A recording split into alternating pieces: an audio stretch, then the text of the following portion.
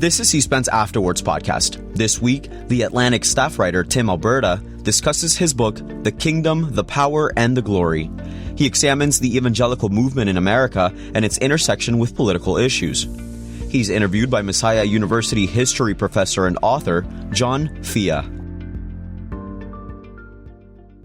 Before we get to this week's episode, we want to take a minute to ask for your help.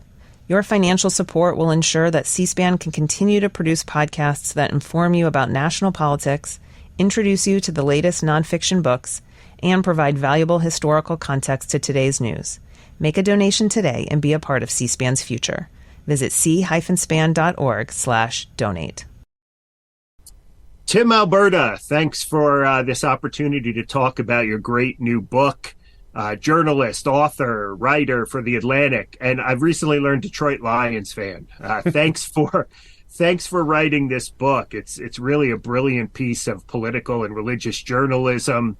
And I also read it as a kind of heartfelt plea for the evangelical community to, quoting here from Revelation 2, right, to return to their first love. I think that was the Church of Ephesus. I know it's not easy saying things about the tribe or the community, religious community especially, in which you sort of came of age. And I know that takes courage. So thanks. Well, Professor, you're very kind for saying that. Thank you, because I know that you've lived through this same thing, and you know firsthand how difficult it is to be the squeaky wheel and to step out of line with your own tribe. And I'll be honest, I don't feel particularly brave or courageous in doing this. I wish, frankly, that I would have had the courage to do it a long time ago, before this problem festered and got to where it is today. I think, if I'm being honest, there was a long period of time for me where I knew that the problem existed. I could see it, I could observe it, and I just kept quiet about it. And I think for the reasons that many of us keep quiet, you don't want to air the dirty laundry of your family. You don't want to make people look bad, especially when you know that they might have the best of intentions and a good heart, but maybe they've just lost their way a little bit. And ultimately, it took sort of a tragedy in my life to really reckon with this and confront it. And I feel almost guilty saying that, because I wish that I had been able to confront this a long time ago. And I hope for anybody listening, if they take nothing else from all of this, that hopefully they will find the courage to do so. Yeah, let's talk a little bit about this. I mean, a lot of these interviews begin with, how'd you get interested in the book? I'm interested in that question, but let's do it through your dad. Tell me a little bit about your dad, or tell us a little bit about your dad.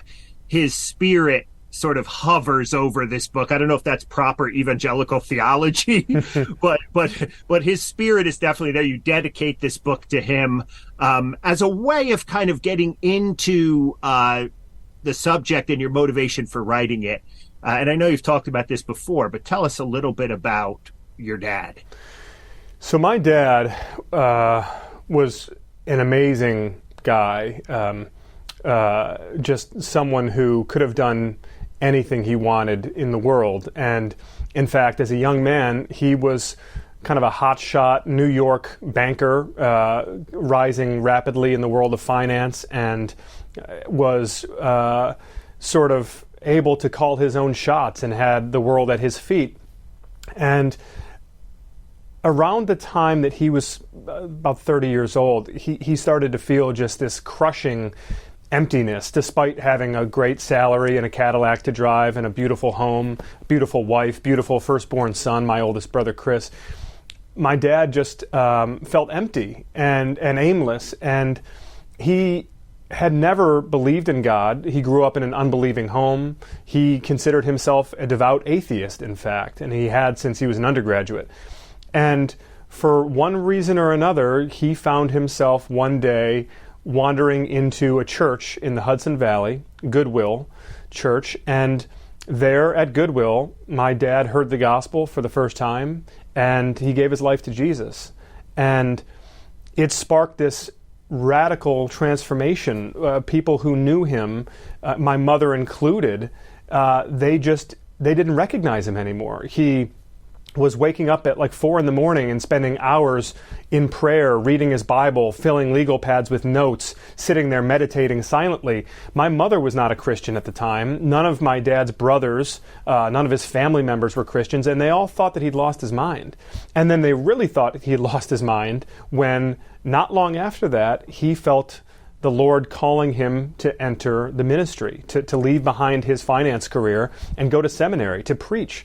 And my mom became a Christian, but she still thought this whole thing was a little bit nutty. And my dad realized that it probably was a little bit nutty, but he felt the Lord anointing him and calling him to do this. So for the next couple of decades, my parents, who had been living this pretty high-flying life, my dad was in finance in New York, my mom worked for ABC Radio in New York, they were kind of movers and shakers.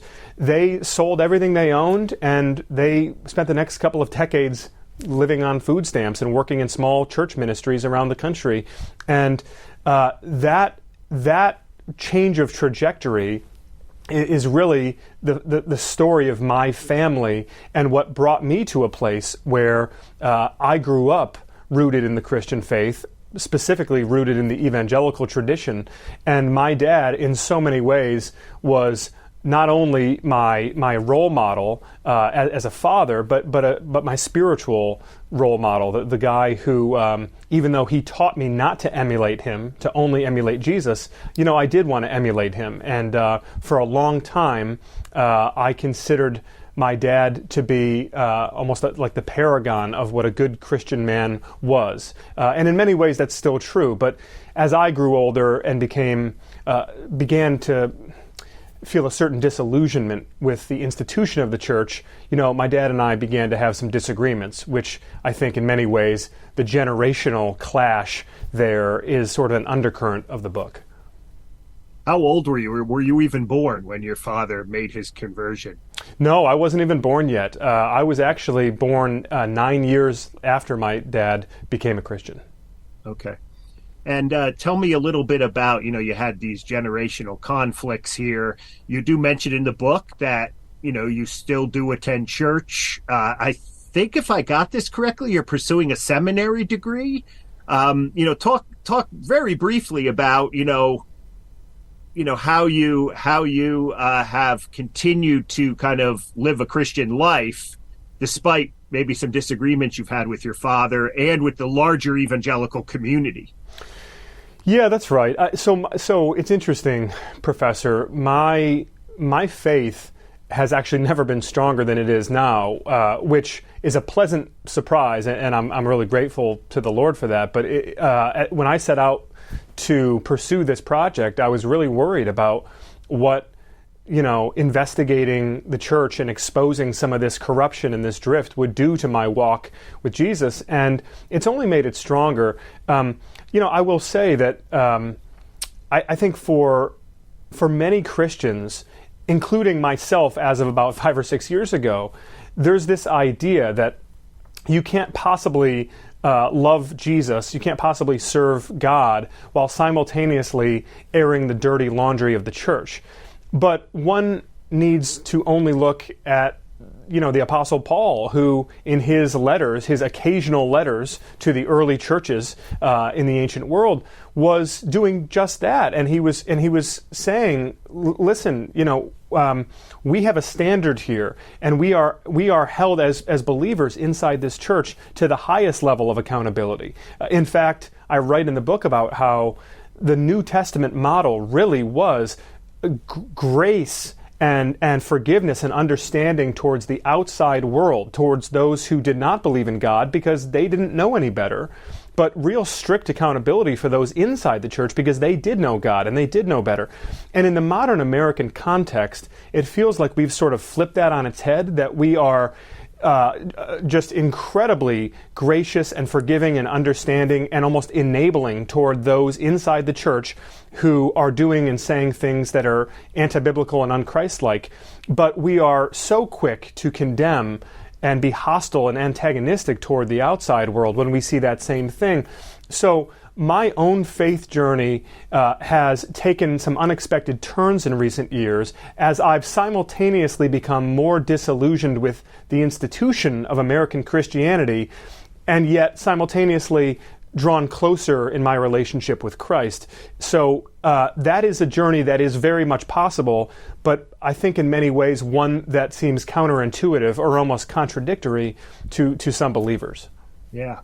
As I listen to you talk, Tim, I'm thinking about the book. Okay, there's almost like a mini genre of books right now that are emerging on, ex-evangelicals or former Christians or Christians who are disillusioned with evangelicalism, telling their stories about how evangelicalism fractured the nation or destroyed my faith, these kinds of things.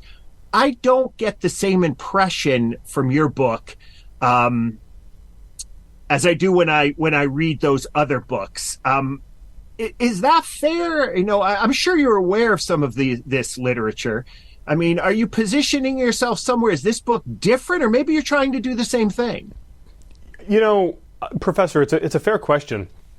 I think what I'm trying to do is be faithful more than anything else. And I don't want to sound trite or cliche in saying that. But ultimately, both as a Christian and as a journalist, I was taught to, seek truth. And I've tried to seek truth here. I've tried to both, when you shine a light into darkness, which is really the job of a good journalist, you are both exposing something that is wrong, something that is false, but you're also illuminating something that is right and something that is true. And so as I go about this project, what I'm really trying to do in shining that light is to not just expose what is wrong, but to illuminate what is right.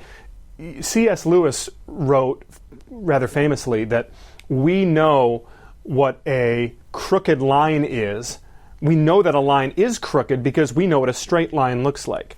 And I think for those of us who are followers of Jesus, we know what the commands of Jesus are, and we understand how we are to conduct ourselves as his followers and how we are to engage the world around us. And when we see the church straying from that, I think we have an obligation and a responsibility, lovingly but firmly, to call that out and to speak that truth to power.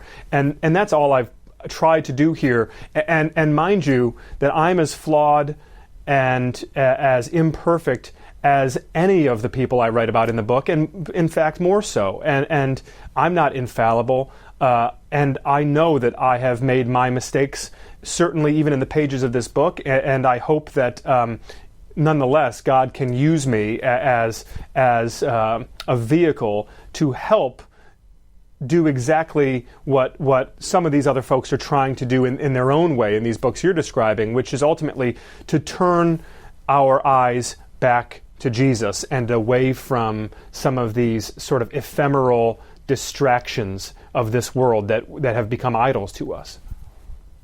Yeah, that's great. Let's dig in now to some of the content of the Kingdom, the Power, and the Glory. I mean, everyone is in here. I was joking with you before we went on the air that, I've been blogging about this stuff for 5, 6, 7 years, and every time I turned the page, there was another figure I was very, very familiar with and have been watching closely. But a lot of the figures that you write about really emerge into sort of public life, emerge into American evangelicalism, right around the time of Donald Trump. And then you have the summer of 2020 with Black Lives Matter protests, George Floyd's, the killing of George Floyd. You have the COVID virus. All of this stuff penetrates the local church. And I think only journalists can sort of get at the way in which these monumental changes in the culture, whether it be the political culture or whatever, have shaped, these local congregations. again, you do a wonderful job of trying to explain this and interviewing the right people. One of the there's several, I'll call, for lack of a better term, I'll call them human threads, people who are threaded throughout this book, who show up again and again and again, that kind of in many ways drive your narrative. You're always coming back to them.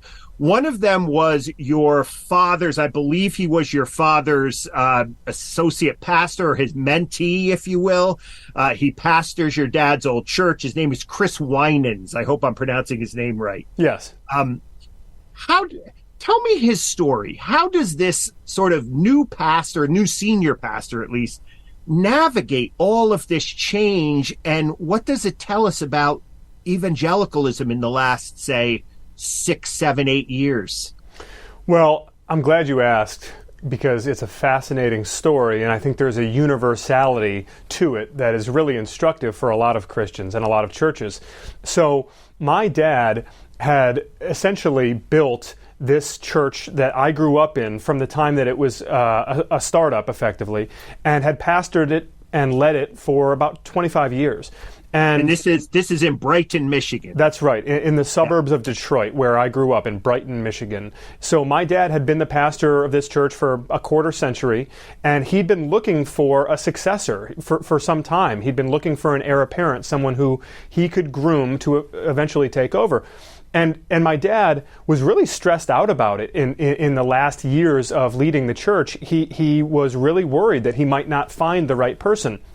And then one day, at a denominational meeting, he met this young associate pastor who happened to be working at Goodwill Church up in the Hudson Valley, the very church where my dad had been saved all those years earlier, and in fact the church where my dad had worked his first job out of seminary as an associate pastor. I was born there. My nursery was in the church manse library. It's sort of kind of a holy ground for my family. That's what my parents always called this church in New York. So my dad met this young man, and he was just the perfect fit. He was the perfect candidate. He's young, he's brilliant, he's humble, he's got just an exquisite command of Scripture, and he just has a gentle heart and a servant's heart. And my dad thinks, oh, this is unbelievable. Wow, the Lord is working here. So he brings this guy to Michigan, to our church, to begin grooming him, and so that he can take over. There's just one problem with this young guy, this young pastor, Chris Winans. He's not a conservative MAGA Republican. In fact, he's even like a little bit of a lefty. Now, he's not like a full-blown liberal progressive Democrat or anything, but Chris is somebody who his entire worldview as it relates to politics is through the lens of Scripture. So he doesn't particularly like guns. He doesn't like violence. He doesn't like wars. He doesn't like bad language. He doesn't like adulterers. He's kind of a strict, morally upright guy. That would seem not to be a problem for some of your listeners who would say, well, yeah, it's church. He's a pastor. What's the issue? Well, in the context of a very conservative Republican congregation in a very conservative Republican community like the one I grew up in, that puts a bullseye on your back. People can just tell if you don't speak the language, if your cues are even a little bit off culturally, politically, they can pick that up. So this young guy, Chris Winans, comes in, and eventually my dad names him the successor. He takes over the church, and things start to go sideways pretty fast for him. Even just stray remarks that he makes off the cuff about current events or what's in the news, people are kind of coming after him for it. Now, my dad is still hanging around at the time. He's still looming around the church, and he's got Chris's back. And Chris knows that, well, as long as Pastor Alberta is here vouching for me, I'm going to be fine. And then my dad dies.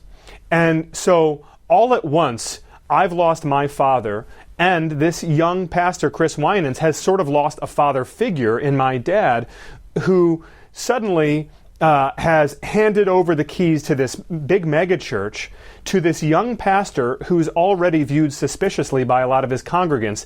And then, shortly after my dad dies, boom, COVID-19 hits. And in Michigan, the Democratic governor, Gretchen Whitmer, she issued a shutdown order that implicated houses of worship. And so pastors all across the state had a decision to make. Do you comply with the government and close your church for some period of time, or do you defy the government and stay open? And for Pastor Chris and the elders at my home church, they thought that that was an easy decision to make, that there was great uncertainty, great angst at that point, a lot of older members in our congregation who were vulnerable. And they said, listen, we're going to take the safe route here, and we will do, virtual worship for a few weeks, and we're going to close down the church. And then things really started to get bad for him, because there were a lot of people at our church who were furious, who thought that he was being a coward, who thought that they were sort of appeasing the regime, appeasing the deep state, appeasing the secular leftists who wanted to shut down the church and banish Christianity from public life. And I think here, Professor, I should just pause to emphasize how for evangelicals like myself, who grew up steeped in the subculture and marinating in this message for decades, that the left was coming for us, that one day that the church would be in the crosshairs, and that the government and the secularists would try to persecute us and eradicate Christianity from American life.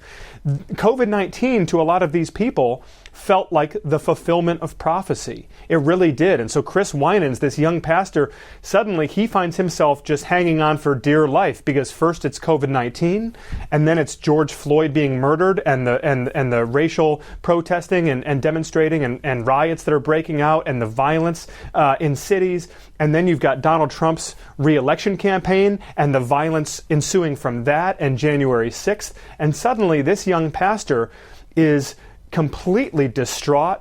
He's seeing an exodus in his home church, with congregants flooding out of the doors, saying that he's not sufficiently tough, that he's not willing to fight back against the left, not willing to fight back against Joe Biden and Black Lives Matter and the rest. And so this young pastor, who just loves the Lord and wants to preach and wants to help shepherd this flock, he finds himself basically pushed to the point where he's wondering if he should just quit ministry altogether and walk away from the church. And it was sort of a tragic thing for me to witness. And he is losing members in his church and your dad's church to another church down the road, pastored by a guy who is basically turning the pulpit into a crusade against vaccines and critical race theory and so forth. And his church is growing, right? Rapidly. His church is growing rapidly. That's exactly right, Professor. And again, this is where there's a universality to this that I think a lot of people will appreciate. This church right down the road from my home church in my hometown, I had never heard of it. It was a pretty small roadside church, and I had never heard of the pastor. They were not really on my radar. And I did know most of the churches in the area because of how I'd grown up and the networks that I was in. And yes, this pastor decided that he was going to use his church as sort of a staging ground to rebel against Gretchen Whitmer, to rebel against government orders during COVID-19, and then really took it several steps further, started bringing in Republican politicians, started bringing in a lot of fringe conservative activists, and basically turned his pulpit into a soapbox, turned his Sunday morning worship into like an amateur Fox News set where they were spending 20, 30, 40 minutes on some Sunday mornings just railing against the Democratic Party, railing against the media, railing against Anthony Fauci. And this church was exploding in membership. In fact, they grew more than tenfold during a period of about a year during the COVID pandemic. And that growth was directly attributable to all of these folks leaving churches like my home church. And they wanted something that was pugilistic. They wanted something that was militant, and they found it in this congregation. This was kind of an unapologetic, blood and soil Christian nationalist pastor who was deciding to capitalize on all of this anger and resentment and grievance that he saw in the community from people toward their pastors who were unwilling to do what he was doing, which was to effectively use the church as a weapon in the culture wars. And he was rewarded for it, this pastor. He was rewarded for it mightily in terms of the growth of his congregation, in terms of the finances. In fact, recently they moved into a massive new facility down the road, a sparkling new multi-million-dollar facility because of all the growth from this project that he pursued at the beginning of COVID-19. And this is happening all over the country. I followed closely this guy in California, Jack Hibbs, and there are others who they defied COVID protocol. They preached sort of sermons against critical race theory and Black Lives Matter, and they grew. There are also other churches, I think, that maybe were not as overt in using the pulpit for these things, but they also grew, which leads me to a question, and I don't know if you can answer this or not, but when these churches become so politicized, you hear people like Robert Jeffris, who you interviewed for this book, talking about getting people saved and preaching the gospel.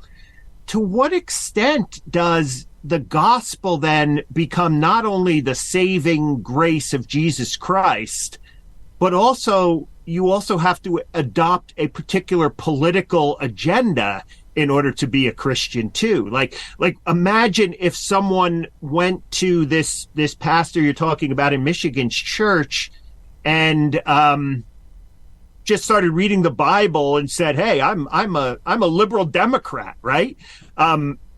Did the conversion stick? Is the kind of question that I'm often asking when I see these churches going in this direction. What do you think about that?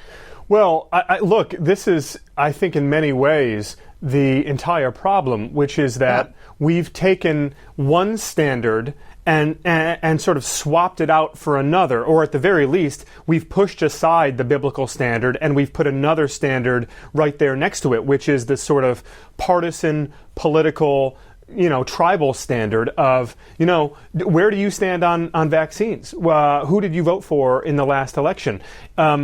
I've been in a lot of church settings where this is not implicit. It's not a wink and a nod. It is spoken. It's verbalized. It's very much made clear from the pulpit that this is the standard, this is the litmus test to be a part of our church. And I think that's discouraging, obviously, for any number of reasons, but chief among them, Professor, as you well know, is that the church is called ultimately to take the gospel of Jesus Christ to all the nations and to make believers out of unbelievers and to baptize them in the name of the Father and the Son and the Holy Spirit. And it is incredibly difficult to do that when you have erected these barriers to entry in the church that have nothing to do with Jesus, that have nothing to do with the Father, the Son, or the Holy Spirit. I'm often asked, well, what does it mean to be an evangelical? And it's a very good question. Part of what it means to be an evangelical is the verb in that word, to evangelize, right? To evangelize to people who don't know Jesus. But how can we evangelize to people who don't know Jesus when we are telling them, hey, Jesus is great, and we really want you to know about him, but we can't really talk to you about him unless you vote the way we do, unless you follow the same Facebook pages we do, unless you're part of the same, cultural tribe that we're a part of. If you check all those boxes, then great. We can have a conversation about how Jesus, who was fully God and fully man, came to earth to be the mediator between God and mankind. We can have that conversation, but first let's just make sure that you check all of these political boxes. That is an incredibly dangerous thing for the church to be doing, and it's now doing it at a scale that I'm not sure we've ever seen before. Yeah, so I've been studying evangelicalism for a couple decades. I have been an evangelical in that world for a long time. And, we talk about walking the sawdust trail, the old Billy Sunday crusades, right? So you're walking up to the altar to get saved and become a Trump supporter or, whatever. It's just a really, really odd kind of time that we're in right now, but it's pervasive. And your book convinced me that this is going on, all over the place. Let's talk about Donald Trump a little bit more. By this point, most of the people watching this know that evangelicals went for Trump, 80%, 81% of the numbers you see in 2016 and 2020. When I wrote my book in 2018, it was published on Believe Me. Believe Me was the name of it. One of the critiques I got was that I was painting these Trump evangelicals, the 81%, with a kind of monolithic brush, right? They were all the same. And I think I got that wrong, because there were evangelicals who voted for Trump for all kinds of reasons. There are people who voted for Trump who were not, wearing the Make America Great Again hat at the rallies and so forth. You seem to have a sense of that, of the difference there. What makes these voters different, but also what makes them kind of unified? Well, I'm glad you asked that, because I really try to go out of my way, I think on the second page of the book even, if memory serves, to make this point that when we talk about, well, why did 80% of white evangelicals vote for Trump, we are talking about tens of millions of people. And so let's try to treat them with some nuance, and let's try to really understand the diverse motivations and behaviors and impulses that inform this question. I think we have to consider these people as points that are plotted across the vast spectrum here. And certainly at one end of that spectrum, you do have evangelicals who are just sort of nakedly hypocritical, who are political animals, who are sort of shameless in their support for Donald Trump. In fact, they will still bring up Bill Clinton's extramarital scandals and his bad behavior today, and then in the same breath talk about how, well, with Trump, God has sort of positioned him for this and chosen him for this, and God uses imperfect people all the time. So that is certainly present at one end of the spectrum. I think at the far other end of the spectrum, Professor, you've got a lot of evangelicals who were kind of nauseated at the prospect of voting for Donald Trump in 2016, and they did so anyway. They did so because they have a deep, abiding concern for the unborn, and they are single-issue voters in many ways, and they care greatly about abortion, and they saw that there were going to be probably 2 or 3 Supreme Court appointments during that next term, and they just kind of held their nose, and they voted for Trump, and then in many cases they asked for forgiveness afterwards because they felt so guilty about it. I think in the middle of the spectrum are where most of the people are, and they're sort of floating back and forth. And I think that for a lot of them, they're horrified by Trump's behavior. They think his rhetoric is awful. They would never point to him as a role model for their children or their grandchildren. But I think for many of them, what does unify them, to your question, is a sense of American Armageddon. A sense that this country, this blessed country that has been so successful in spreading the gospel around the world, that has been sort of at the cutting edge of the freedoms, the God-given freedoms that we have tried to exemplify in front of the world, that this country is under attack, that this country is on its last legs, that the secular, progressive, godless left is coming for Christianity, and that they've been coming for Christianity for a long time, but that now the fight has really intensified, and that if we don't stand up and do something about it now, then we might never get our country back. And for a lot of those folks who think that way, even if they find Donald Trump to be sort of personally loathsome, they're willing to look at him and say, well, desperate times call for desperate measures. Maybe this uncouth, playboy millionaire with the filthy mouth and the 3 marriages and the casinos and all these messes, maybe he's exactly the strong man we need to defend us and to defend the church and to defend Christianity in this country. So understanding why these people would view him that way is, I think, essential to then trying to unpack what's happening in the church right now and some of the fault lines that have emerged both during the Trump presidency and in the aftermath. Yeah, this idea of victimhood, this idea of fear, sort of pervades much of this kind of Trump voter. And by the way, even fear and victimhood, they're major themes throughout your book. I just can't get around the idea, and I wonder what you think about this. I think you'll agree. I just also can't get around the idea, as much as I want to see nuance, as a historian, that's what we do, right? Complexity, nuance. At the same time, 81% of American evangelicals are responsible for everything that's just happened, right? January 6th, the wall, it's you who put him into office. How would you respond to someone like me who still is bothered by that, even though that 81% is a very diverse group?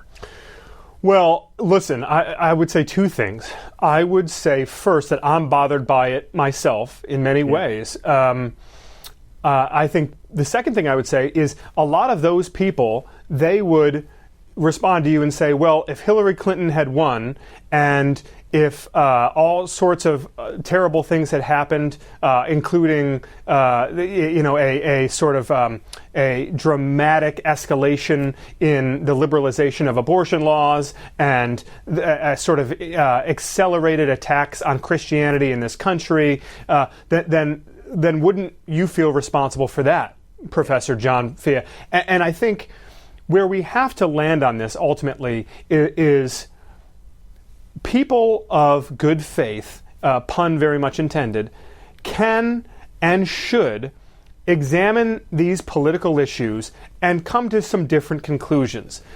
Certainly different conclusions on the what policies do you support, the who do you vote for. I think in many cases that is good and healthy. Now, I would also caveat that by saying that Donald Trump at this point has done everything possible, effectively daring evangelicals to say, what more can I do to lose your support? What more do I have to say in order for you to recognize that I am a deeply immoral and unwell individual, right? So I would not at this point say that there is a highly credible, highly defensible case for voting for Donald Trump for president from an evangelical Christian perspective. I think it's difficult to find. However, I think in general, when examining our political system, there should be healthy disagreement among believers, again, on the who do you vote for, and the what policies do you support. I think at the same time, the one thing where there should be unanimity is on the question of how. How do we as believers engage with the political culture? How do we treat people with whom we disagree? How do we go about carrying out our civic duties?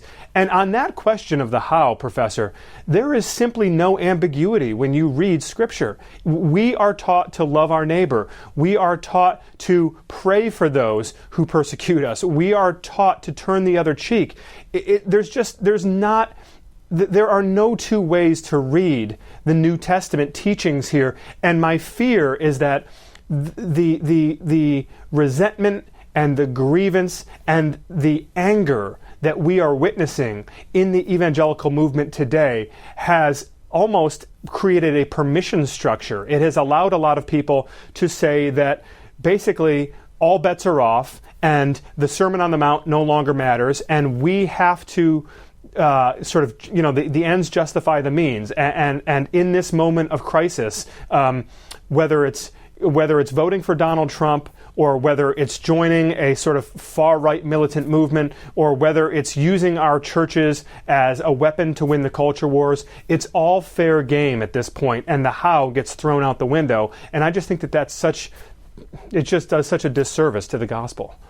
And that comes across very clearly in the chapter on Ralph Reed, the evangelical political operative. It's about winning, right? I don't know how many times I've heard Reed say, yes, everything you're saying, Tim Alberta, is right, but we need to win. And again, that ends and means question is essential. Are you optimistic, though, that evangelicals can engage deeply in the way that you're describing with the who, the what, the how, and so forth? I was really struck because it's probably in my own neck of the woods here in Pennsylvania by this pastor you interviewed. He talked about who prayed at a Doug Mastriano rally. Now, Doug Mastriano being this Christian nationalist gubernatorial candidate who lost in 2022 for the governorship. But he seemed to have no clue what he was getting into when he was praying for Doug Mastriano at a rally, or at least praying at the rally. He seemed completely apolitical. He seemed to have no interest in really thinking deeply about how faith informs politics. And then I was also thinking here, it just hit me, this interview you had with the Yale theologian Miroslav Volf, who basically says, I'm going to quote here, that part of the problem in the evangelical church is the, quote, loss of educated, thoughtful readership. And I'm going back here, I'm sure you're familiar at some point having encountered, it's now 30 years old, Mark Knoll's famous book, The Scandal of the Evangelical Mind, which leads me then back to the question. Do you think evangelicals, what hope do you have for evangelicals to be able to engage thoughtfully and deeply in this kind of political project that you're talking about? And, how much does just kind of populist anti-intellectualism how much is it just always going to prevail? Well, Professor, let me say this, and I mean it sincerely. I am not choosing to be optimistic because in many ways I'm deeply pessimistic about the state of the culture, the state of the country, and in many ways the state of the evangelical movement, as I think comes across in the book. Right. I will say, however, that there is an optimistic note and something that does give me genuine optimism in this space, which is that there is, and I alluded to this at the outset, a very real generational schism here. Throughout my reporting, what I was consistently surprised by and encouraged by was whenever I was in spaces with young evangelicals, at one point in the book, I refer to them as the children of the moral majority. And by the way, I would consider myself a child of the moral majority, right? That was my dad's milieu. That was his generation. That was the movement that he was a part of. And I think that the children of the moral majority have enough distance from it now, and they are clear-eyed in a way that their parents really couldn't be. They see this for what it is. They see the unraveling of the church. They see the pervasive influence of politics and tribal culture wars and money and corruption. They see how the gospel has been wielded as a cudgel against our perceived enemies in this country, and they want nothing to do with it, this younger generation. They really don't. I've been surprised at the extent to which I will run into and spend time around young evangelicals who on paper are just like their parents. They are culturally and politically very conservative. They would sort of reflexively lean toward voting Republican every couple of years. But when you get into the meat of this, they are so profoundly different in terms of where their priorities are, in terms of their ability to compartmentalize politics as something sort of very different from their faith. And really effectively, Professor, understanding that politics should be viewed through a filter of their faith rather than viewing their faith through the filter of their politics. In other words, whereas many of their parents are listening to the sermon on Sunday about poverty or about, migrants or whatever, and thinking about it maybe through the prism of what they heard on Fox News that week, their children, they might see a Fox News clip and they're listening to something about poverty or migrants, and they're thinking about it through the prism of what they heard in their service on Sunday. And even at a school like Liberty University, which in many ways, of course, is sort of the avatar of the corruption and the grift and drift of the evangelical world, when you spend time around the students there, I've just been shocked in the best way possible to encounter how many of them are willing to sort of step out and break sharply from what their parents have done and what the previous generations have sort of set in motion inside the church. And so I will say genuinely that I do take some serious optimism from that. Let's talk a little bit about liberty, now that you mentioned it. Another one of these sort of human threads, if I could call them that, in your book is this family, really father-son only appear in the book, the Olsons. Our time, we don't have much time left, but tell me a little bit about the Olsons. What are their names again? One is an English professor, and one was an early student at Liberty, Doug and Tim Olson. Yeah, Doug and Nick. Yes, Doug and Nick Olson. Sorry, Nick. No, that's okay. No, it's a fascinating story, and what I essentially tried to do was tell the story of Liberty University through two overlapping generational arcs. One of them obviously being Jerry Falwell Sr. and his son Jerry Falwell Jr., who took over the university and then kind of infamously fell from grace due to a scandal several years ago. But then even more so through the eyes of this other father and son. Doug Olson had been a contemporary of Jerry Falwell Sr. He was one of the first students to enroll at Liberty University back in the 70s after it was founded. And Doug Olson, who's now in his 70s, he's an older gentleman now, he was really on the inside of the Falwell empire. He married a girl who was very close with the Falwell family. Lynchburg, Virginia is a very small place back then, and everybody knew everybody. And this guy, Doug Olson, not only went to school at Liberty, but he wound up working on the faculty there, working on the staff there, and got to know all these people really well from the inside. And what he saw back then really began to concern him, particularly as it related to the founding of the moral majority and the sort of turning Liberty University from a Christian school into a sort of cultural stronghold, a place that was used less and less to advance the kingdom of Christ and more to advance the kingdom of republicanism in America. And Doug Olson eventually became rather disillusioned, and he left Liberty University behind. And this, by the way, just if I can interrupt, this just so the listeners know, viewers know, this is before the whole scandal you're reading about in the papers with Jerry Falwell and the pool Jr. and the pool boy. There's concerns going back to the 80s. That's right. That's exactly right. And I'm glad you pointed that out, because yes, this is happening in the 1980s with this man, Doug Olson. And so Doug Olson, he has a son. He and his wife, their firstborn son, his name is Nick. And Doug effectively decides that because their family has been so wrapped up in Liberty University and in the Falwell empire, that he doesn't want to spoil that for Nick, that he's got his own concerns and his own disillusionment, but he's going to keep it to himself. And so Nick, his son, grows up, and all he wants to do is go to Liberty, like everybody else in his family, and he does. And Nick winds up coming to school there, and he begins to see some of the same things as his father, some of the same corruption, some of the same greed, some of the same betrayal of biblical principles. But Nick decides that he wants to teach there. And he winds up joining the faculty and teaching in the English department. And for a number of years, he's trying to be a part of the solution. He's trying to help save Liberty from itself effectively. And then he finally gets to a place, as I'm talking with him for this book, where he just decides that he can't, that Liberty in some ways is just too broken fundamentally, perhaps for people like him to save it. And so he decides to go on the record with me in this book, detailing in a pretty astonishing way what he has seen from the inside at Liberty.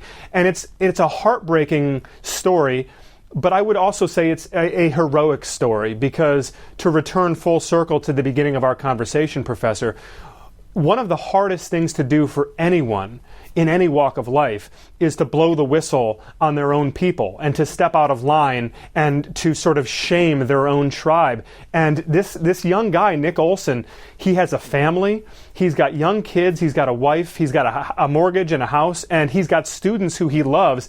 And he will almost certainly be fired by Liberty University when this book comes out, because they have very strict rules there about sort of keeping everything in-house and not going and speaking to the media about what you've seen internally. The school has effectively almost been run as like an organized crime syndicate for decades, and here's this guy deciding to blow the whistle and speak out because he believes that ultimately when he stands before the Lord one day, he's going to be judged based on this decision and based on how he decided to use his influence and his place in the culture, and whether he was serving God or whether he was serving the things of man. And that is sort of the narrative arc, not only of Nick Olson, but of a lot of the characters in this book. That is just an amazing story. And we talked about courage at the beginning of this conversation. This is an act of courage by Nick Olson. It's amazing. Over the years, I have had a regular email correspondence with about, I'd say maybe 4 or 5 professors who are in the same place as Nick Olson. Some have left Liberty, but some are still there, and it really is a dysfunctional situation, at least for an academic institution. Let me ask you here about some of these interviews that you did. And again, not much time left, but I was really struck, by just who you were able to get to talk to you. And then when you did talk to these people, I guess I was surprised sometimes by the way that they answered. So, you talked to Robert Jeffris at First Baptist Church, Dallas, and he hints at this idea that maybe we've gone too far. The evangelicals have gone too far with this embrace of Trump, and it's hurt the witness of the gospel. Or this megachurch pastor down the road from your father's church, you confront him on sort of misinformation about vaccines, I think it was, and he says, well, maybe, yeah, you're right, maybe we shouldn't put that in the story or something. Or there's this guy who preaches under this huge tent named Greg Locke in Tennessee. He admits maybe he went too far with some of his sort of pro-Trump or anti-vaccine antics. And then, this guy who runs this huge Pentecostal charismatic media outlet, Stephen Strang, who's like very disturbed as he's looking at Michael Flynn's, this is the former national security advisor for Trump, his reawakening tour, saying, oh, this is way over the top. All these, all these things that these people are saying, it's a little bit problematic. But they don't say these things in public. They don't say these things to their people. I don't know if it's because you were an Atlantic reporter and maybe they just like that kind of power and access. I don't know. I'd be curious what you think. But it was really fascinating to me how some of these people actually kind of maybe backed off is too hard of a word, but they at least offered a little bit of nuance. Well, you're exactly right. And this is, I would say, one of the thematic undertones of the book, which is that a lot of these people in positions of leadership and influence, they know better, right? Yeah. They do. And in a lot of these exchanges that you're describing, they're almost winking and nodding at me a little bit to say, listen, you're calling me out on this thing. I recognize that you're right. I recognize that this is crazy. I recognize that this thing is not true. But for many of them, they'll sort of say, by using some of these tools at my disposal, I'm then bringing in more people. And then once I've brought in these people, then I can reach them with the gospel. So really, I'm playing three-dimensional chess here, and the ends justify the means again. But you're right. It's disturbing and really discouraging because, shepherds are called to not only look after the sheep, but to keep the wolves at bay. And a lot of these people have themselves become wolves. There's just no other way to say it. And I wish that I could say it more diplomatically. I wish I could hedge my rhetoric a little bit here. But there's no way around the reality that for some of these people, whatever their motivations, whatever the incentives that have sort of brought them to this place, they are now actively harming the witness of Jesus Christ. They are actively undermining the mission and the purpose of his church. And it's tragic, but it's not necessarily new. And I think, we should recognize that there have always been, dating back to the first century, there have always been heretics. There have always been people who have traded on the name of Jesus for extra biblical aims. And I do think that it is incumbent upon those of us who, again, we are sinners as well. We are flawed. We will make our mistakes. We will stray from the path, and we will need forgiveness for doing so. But those of us who are clear-eyed in seeing this for what it is and what it has become, we have an obligation to speak about it. And we have an obligation to try to reach some of these folks who have been led astray and who perhaps don't know better and therefore have been seduced by these earthly idols of nation and power and politics. We have an obligation to try to reach them and to try to bring them back, because at the trajectory that we're on now, this is heading towards something not only dangerous and not only damaging, but I would say dangerous as well. Yeah, our time's just about up here, Tim. That's really, really, really well put. There's so much more we could talk about. I don't think I've mentioned Russell Moore. He features prominently in your book. Rachel Denhollander, the sexual abuse scandals in the Southern Baptist Convention, Julie Roy's, this whole kind of media infrastructure of kind of whistleblowers, so much more in here that we didn't get to cover. But in the last minute or two, I want to end on, I don't know if it's a lighter note. It's a lighter note to me, but tell me about Robert Jeffris's shrine, quote unquote, shrine to Donald Trump. Yeah, so Robert Jeffris, for those who don't know, is the pastor of First Baptist Church of Dallas. It's one of the country's really historic mega churches, and it's a position of enormous influence and religious authority, really. And Robert Jeffris is best known for being probably Trump's most outspoken evangelical ally, someone who has, stood by his side through thick and thin. And I've gotten to know Pastor Jeffris very well over the years, and I must admit that I rather like him. I find him to be just a very kind individual, and someone who I've prodded and prompted to try to be a little more introspective in thinking about these things, as you alluded to a moment ago, Professor. What was most striking to me in the time I've spent talking with Pastor Jeffris was he brought me into his office at the church in Dallas, and his secretary had pointed out this corner of his office and had called it a shrine. She was sort of being tongue-in-cheek, but it truly is a shrine to Donald J. Trump. It is unlike anything I'd ever seen anywhere, much less inside of a church. Dozens and dozens of framed photographs, banners and signs with Trump's image on it, printed out tweets and email correspondences signed by Trump, a pair of Trump's cufflinks, all of these things that had been gifted to Jeffris, he had on display there. And I don't want to overstate it, but it was, I think I describe it in the book as a temple to Trumpism. And that's exactly what it was. And obviously it's almost humorous, but it's also, I think, pretty disconcerting. And, I think pretty revealing, a window into some of this. Tim, our time is up. Thank you so much for taking the time to talk with me today. I wish we could go another couple hours. Maybe someday we'll get a chance to sit in a coffee shop and do that. But I love the book. Get out there, get a copy. Great Christmas gift. Professor, I hope we get the chance to do that. I'm a great admirer of yours as well. And thank you very much for the opportunity to have this conversation. Thanks for listening to this week's Afterwards podcast. If you are interested in podcasts about nonfiction books, listen to C-SPAN's Book Notes Plus podcast for interviews with authors and historians hosted by Brian Lamb.